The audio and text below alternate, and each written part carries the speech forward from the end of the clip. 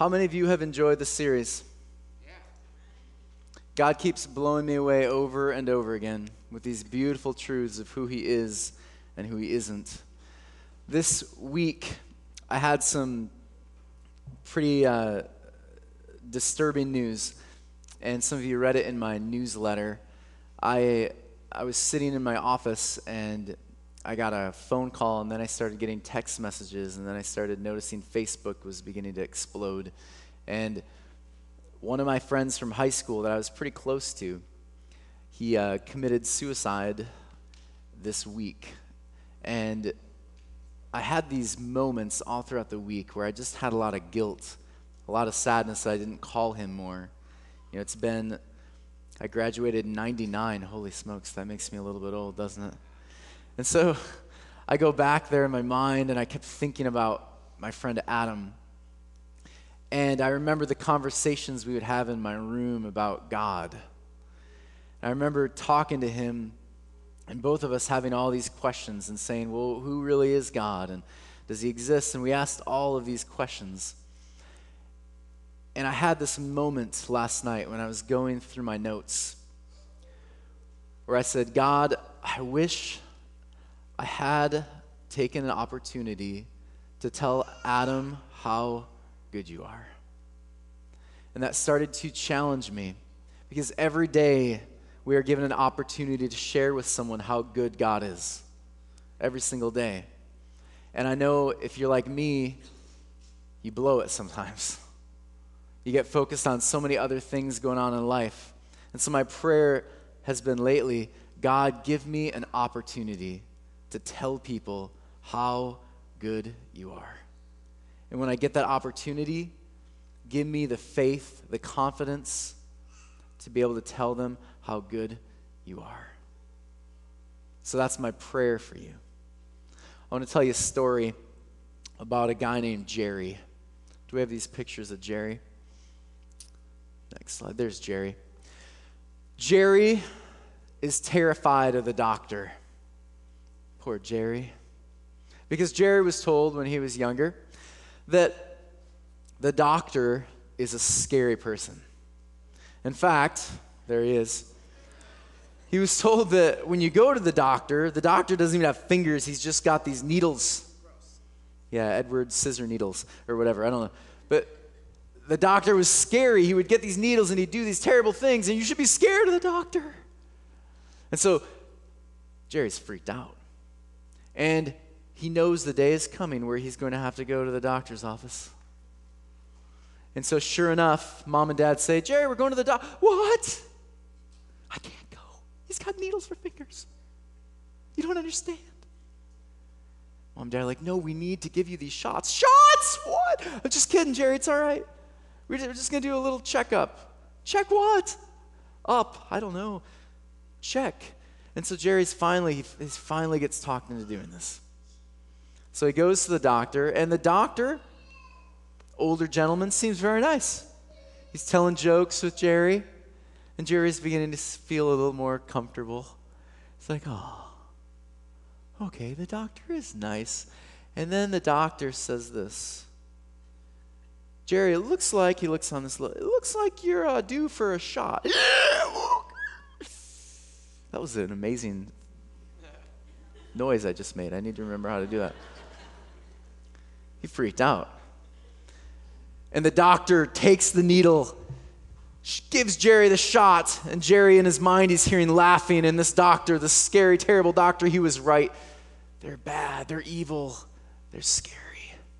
And ever since then, Jerry has been afraid of the doctor. So you can imagine at age 33, Jerry is experiencing serious symptoms. His tummy hurts. And in fact, I think that image should be flipped for what I'm going to say. And so his stomach starts to hurt. And it starts to get worse and worse until he can't even stand. He's like, oh, I can't. Oh, and his friends are like, Jerry, go see the doctor. And Jerry's like, no, I'm okay. Jerry, you can barely walk. No, this is fine. This is how I've been walking for years. Jerry, come on, man. I'm okay. Really, I'm okay. And then he does what most of us do when we think we have symptoms of something. We diagnose our own problem, right? He gets on Google and he becomes the expert. And so he looks and he reads it, and sure enough, Jerry has gas. Thank goodness. Jerry's got gas. And so Jerry thinks, boy, this is the worst gas I've ever had. I can't walk. And it gets progressively worse and worse and worse. And after a couple days of doubling over pain, he has a choice. He can go to the doctor's office and get life-saving help he so desperately deserves, or he can stay at home and die of appendicitis. This lie he was told at an early age is going to shortly kill him if he doesn't seek help. And many of us, we have bought into these ideas that God is an angry, wrathful God, that he demands sacrifices. He needs certain things done for him to be happy. Today we're going to delve into that idea about the gods being crazy, needing sacrifices to be happy, needing your works to be satisfied. Let me pray with you. God, I thank you. I praise you that you've brought us here again this morning. And God, I just ask that your words will be heard over mine. And Lord, you will just fill this place with your presence. And Lord, again, let us know how good you are. In your name we pray, amen. So a lot of people have this idea, again, that God is up there somewhere and he's just waiting to drop the hammer down on the world. And we live this scary, fearful life of, well, what if I do wrong? What if, and we get all these scary things, and we begin to think that we need to satisfy him or the hammer will drop. Don't you love that picture? It's terrifying. And so a lot of scholars, I want to take you to Abraham's time. A lot of scholars, when they look at Abraham's time, they believe he lived in the Mesopotamia era. Say that word, Mesopotamia. Don't you feel smart? That was, again, today that would be like Turkey, Iraq, Syria, those places. Back then, Sumer, Babylon, Assyria. And this is really noteworthy in the Bible because this is where the captives are taken. This is where Abraham lived before they went to the promised land. All this is going on. Abraham's culture was saturated in polytheism. There were a bunch of people who believed that there were many different gods. And the gods must be satisfied. In fact, the gods even had human and animal forms, and they had different, some gods were higher than others. And some gods even were, every city had a god. And if it was a large enough city, you had multiple gods that you were to satisfy there, that were present there in the city, kind of overlooking it, watching the city. And so all these gods, they even acted similar to humans. Some of the gods, they would need to be satisfied with like food and wine and that kind of thing. And they even had the effects of drunkenness. And so every once in a while, they'd go off and do something crazy. And now there's a million other children. And those children would get angry with the other children. And then you have thunder in the sky. And you have all these things going on, right?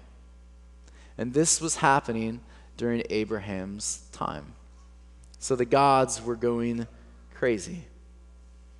They built towers. I want you to see this picture. They built towers with staircases that were thought to reach the heavens so the gods could go up and down on them. When I was younger, I used to think that God was mad about the Tower of Babel because people literally built something that almost reached the heavens, and God was getting nervous because what if they get to me? Weird things you pick up from the felt board, right? It's weird things. God was upset because his people were worshiping him like they were worshiping the other gods. They believed that God wasn't present with them, so they needed to build these things so that he would be. And God was so frustrated. He's like, no, that's not who I am. I'm not like those other gods. Here's some other things that they would do that are interesting. They'd build temples and rooms for the gods where they would serve them different foods, often meats. They would close the curtains and allow them to eat. Think about this now. They'd serve them the meats. After the meats were eaten or there was leftovers, which there always was, They would take the meats and they'd bring it before the king and his royal officials. Y'all tracking so far? They'd sit down, and as worship to the gods, they would partake of the meat. Many of you have been told as good Adventists, the Daniel diet, you do the Daniel diet because Daniel did it. You become a vegetarian because Daniel was a vegetarian. I am not knocking vegetarianism. In fact, I think it is probably the healthier way to go. And I applaud you, vegetarians who are living that lifestyle. I want to be there someday. It wasn't vegetarianism. Daniel was a Jew. He ate meat.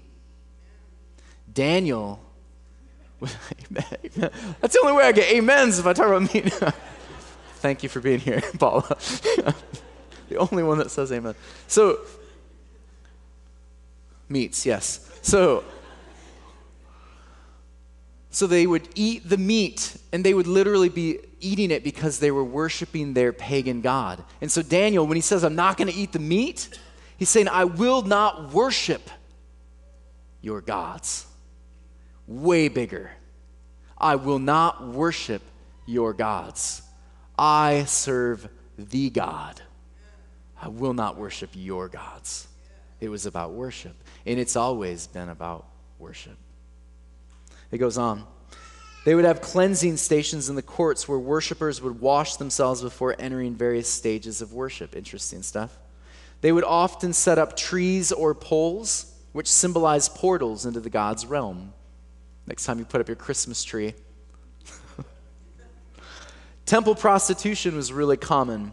It was a common form of worship. They would do these really degrading things before the gods, thinking that they were satisfying them. Kids chosen at early ages, that was their life. Vile. Then there was the god Adad. This god was known as like the most powerful god. He was associated with the dragon. In fact, he had all the powers of the elements. So think about this. In Revelation, who is God fighting? The dragon. In Revelation, when he comes again, it says that he has power. God shows us he has power over what? All elements. The earth shakes. All of these things begin to happen. God says, no, it's not the dragon who had the power. It was me. Amen? And then, look at Jesus' life. Jesus, when he comes to this earth, he shows over and over again that his life, he had control over the elements that the gods supposedly had, right? He takes care of death. He heals sicknesses. Agriculture, the winds, the sea, all of it have to obey his commands. He proved over and over again he was the one true God. Over and over again. So the biggest characteristic, though, that I notice when you talk about these pagan religions, the one thing you could do to satisfy the gods, if you did this, it was like a guarantee. As a father, your most prized possession during that time was your son. Your firstborn son. And if you sacrificed your firstborn son to the gods, you would be blessed. You would be blessed. And so, it is that time period and these understandings that we have to understand when we read about Abraham in Genesis 22. Because those people didn't serve their gods out of love, they served them out of fear. And I'm going to be very honest with you folks. I see a lot of us serving God not out of love, but out of fear. And it breaks his heart. So Abraham, we're told that his father, do you guys know his father's name? A little trivia. Nope. Why did I find like satisfaction in that? No, you're wrong. Terah was his name. Yeah, that's right. We got that. Terah. And it says that he served many gods. When you read in the New Testament, there are places in the Old Testament, we find out it's believed that Terah was an idol maker. And then when you read in the Talmud, there's an interesting story that gets repeated over and over again. I'm going to tell it to you. Just fascinating story. Here's the idea, because the question is, where did Abraham get his belief in God if his father was an idol maker? So here it goes. One day, Abraham is with his father at his father's trade, the idol shop. I don't know what idol shop. Go to your nearest idol shop. And so he's with his father at their idol shop, and he's got all these carved images. And the story goes that his father said, "Son, I'm leaving. Watch the shop." So he leaves. And the idea here is that Abraham, like any awkward teenager or 33-year-old, 34-year-old, ew, yuck. Okay, good.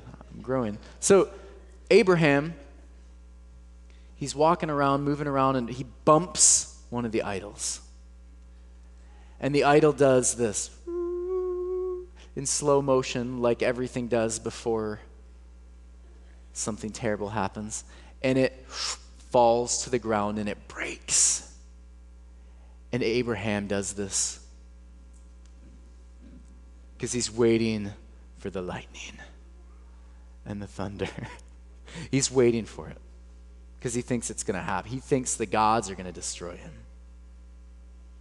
And he waits, and he waits, and nothing happens.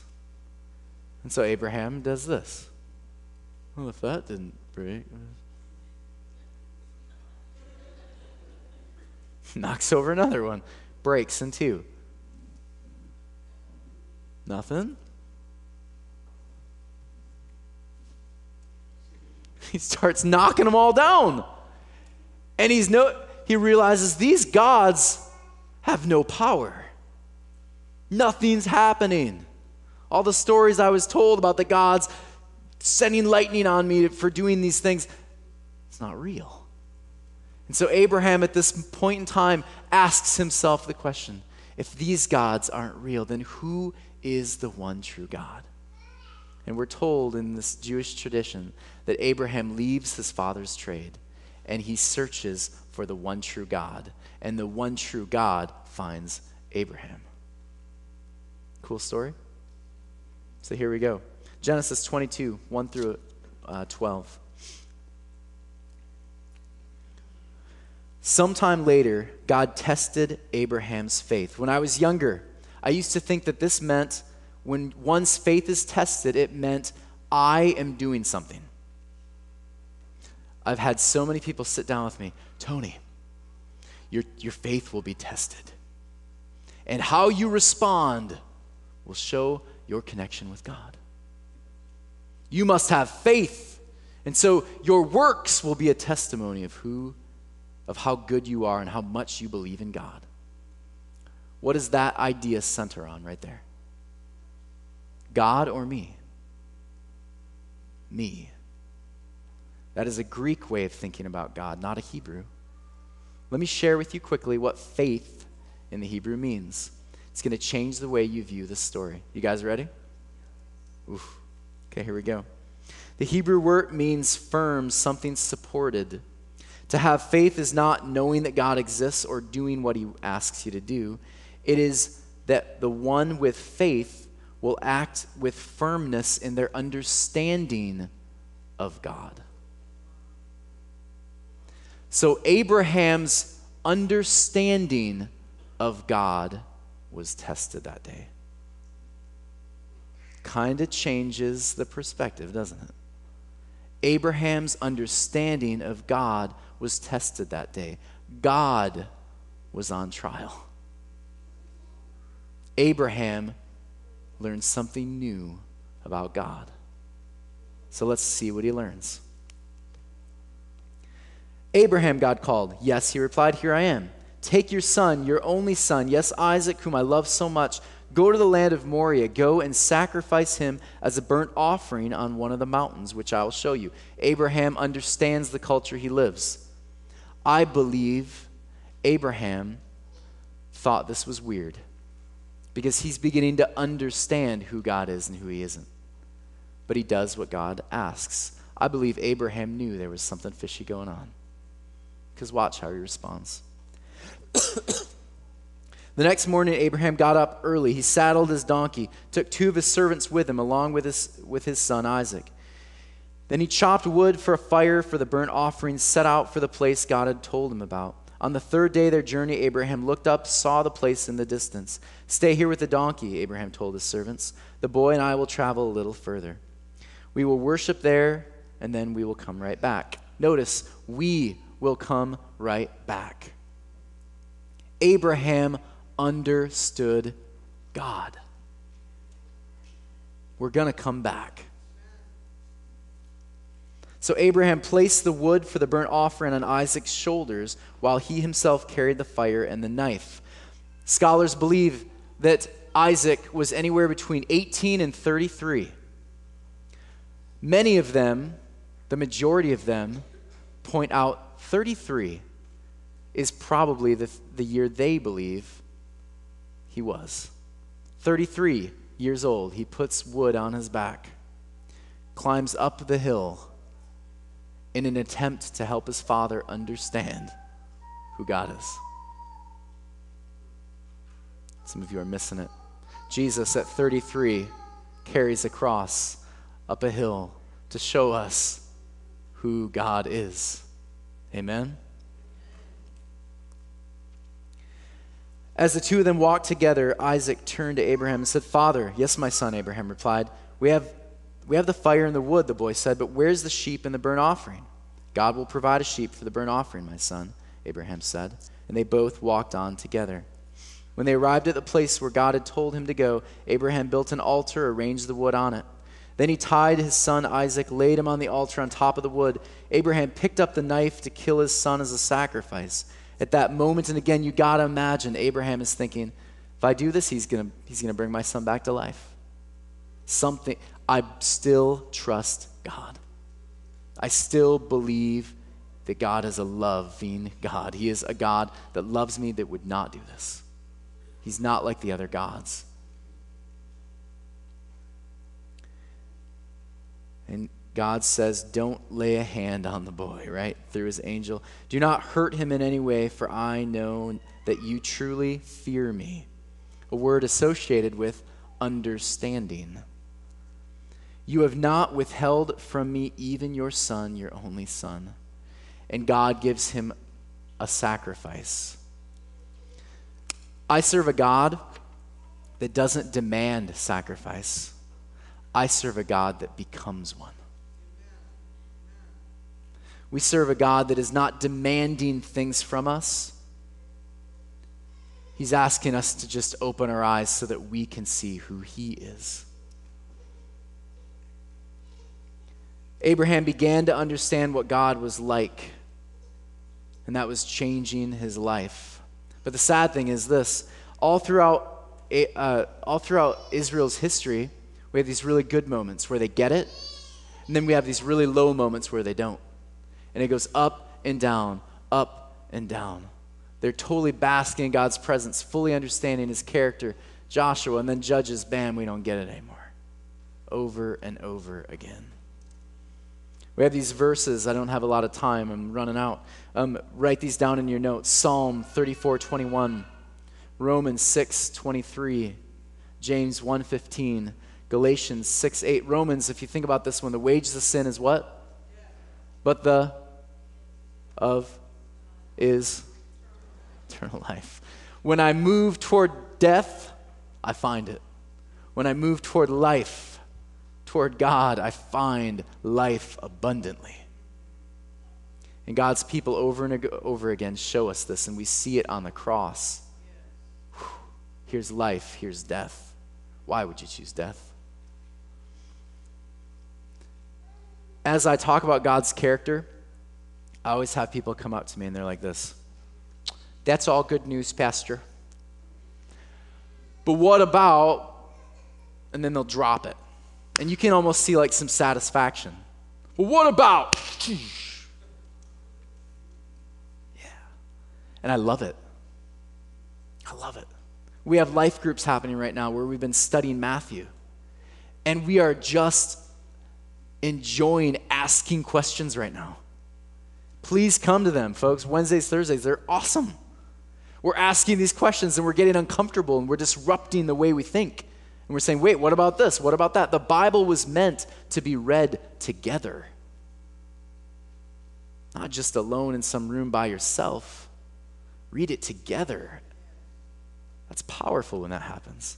And so they ask me these questions, and here are some things that come up. Jonah. What about Jonah? Think about Jonah for a moment. Jonah chapter 1, verse 2. God tells Jonah, announce his proclamation of where they were heading. But notice what Jonah does with that message. He says in verse 4 of chapter 3, he says, you will be destroyed in 40 days. I often wonder this, because I don't know how many of you have kids, but when you tell your kid to do something, go tell your brother that I need him in the kitchen. Sister goes, and the message becomes this: you are in so much trouble. You're probably grounded for life. What did I do? You didn't show up for the dinner table. I didn't know. Well, I'm telling you now. But what? But I'm still grounded. You'll see. And so I see this with Jonah, this 40 days. But what happens next? That is the phrase I've been asking myself over and over again. What happens next in the story?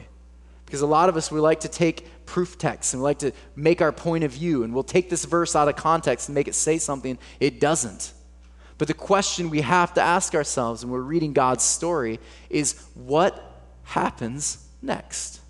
Did God come and just destroy it all? What happens next? This is what happens next. God waits patiently for these people who have had these messed up ideas about the gods. He waits patiently, and then he offers grace where condemnation and wrath would have been given. I'm learning to remind people to keep reading. In Ezekiel 24:9, there's an interesting one too. I've had this brought up. In fact, Timothy Jennings even brings this one up. By the way, read his book, The God-Shaped Brain. Beautiful concept of the loving character of God. Chapter 24, verse 9 through 11. Someone brought this up to me as well, Ezekiel. They said, what kind of God is this? And we'll listen.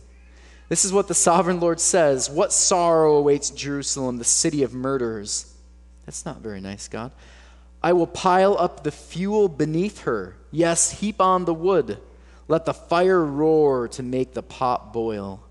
Cook the meat with many spices, and afterwards burn the bones. And it goes on, and you have to think, that's a little scary, right? You can like picture God over the big pot, boiling it. You're next. That's terrifying. But what happens next? What I notice happens next is that God gives the people exactly what they ask for. They say, God, we don't want you in our lives. We'd rather serve the other gods. So he says this. Okay. And he has to back away. He steps back.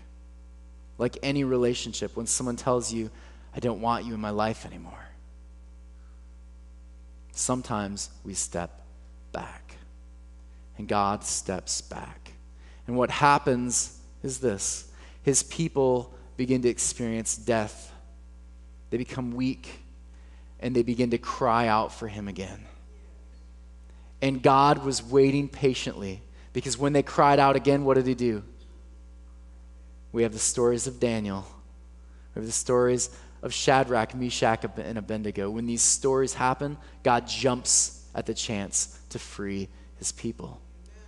What happens next? When problematic verses come up, I ask two questions. What happens next? And the next one, what does Jesus' life suggest about this?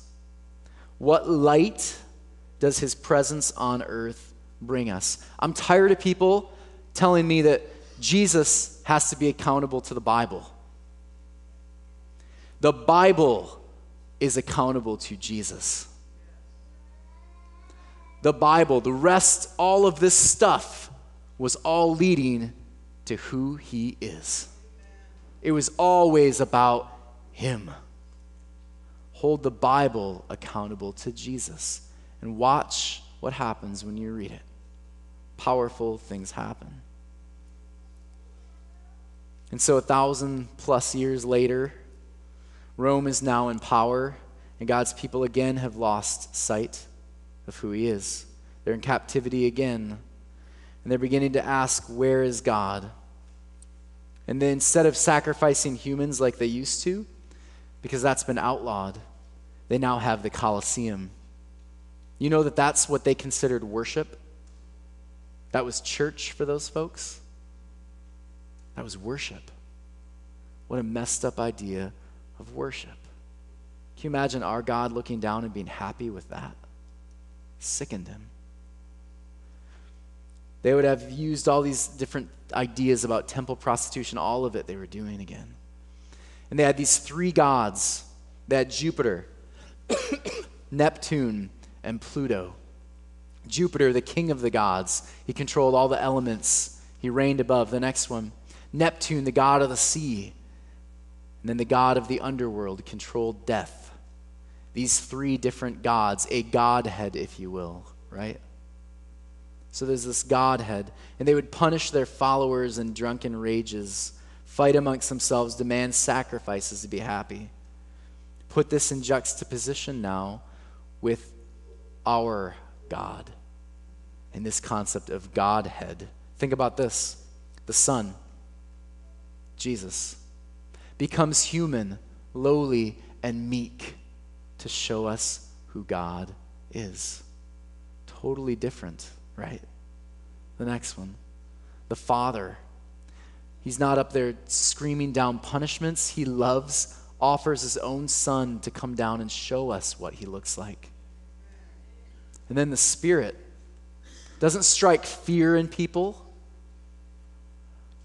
but his presence gives life, moving people to a relationship with the Father.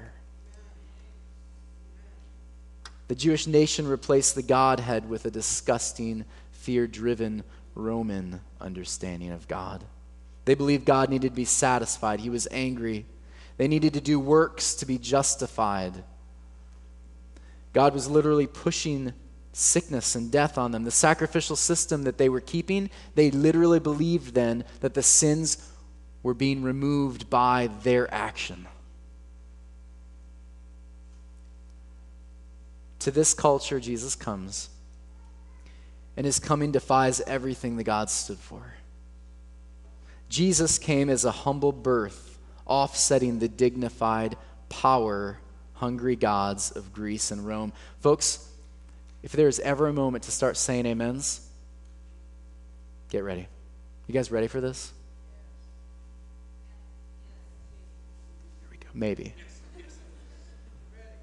Okay. He showed the beautiful elements of humanity: compassion, empathy, love, honor. The pagan gods showed the worst of humanity: greed, anger, and lust. Jesus healed sinners, touched the sick and the poor. The gods punished these people.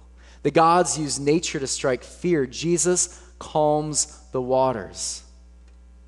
The gods were gaudy and extravagant, lived in palaces. Jesus was homeless. The gods taught war and vengeance. Jesus taught shalom. The gods brought judgment and damnation.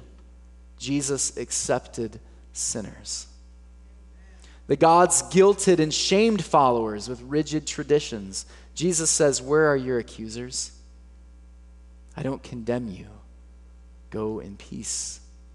Move toward life." The gods were distant. Jesus lived among us. The gods built walls around themselves. Jesus tears the curtain in two. The gods demanded sacrifice. Jesus becomes one. The gods died away with each culture. Our God is more present today than ever.